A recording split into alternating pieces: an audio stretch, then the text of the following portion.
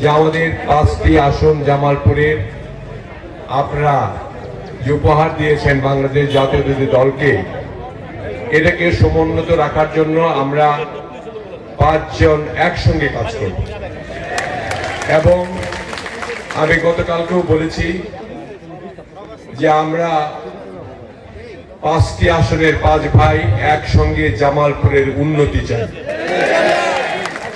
আমরা ইনশাআল্লাহ যতটুকু সুযোগ আমি পাবো বাংলাদেশ সরকারের তরফ থেকে সম্পূর্ণ ঘিরে দেওয়ার চেষ্টা করব জামালপুর জেলার জন্য।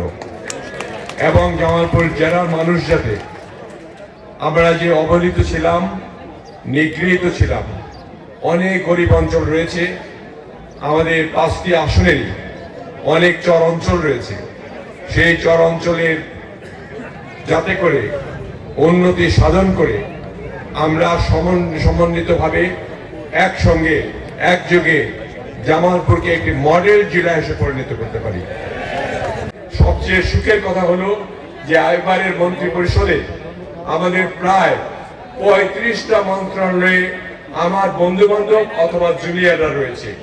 অতএব আমরা সকল কাজ সুন্দরভাবে জামালপুরের জন্য করতে পারবো, এটাই আপনাদেরকে আমরা জানিয়ে দিলাম।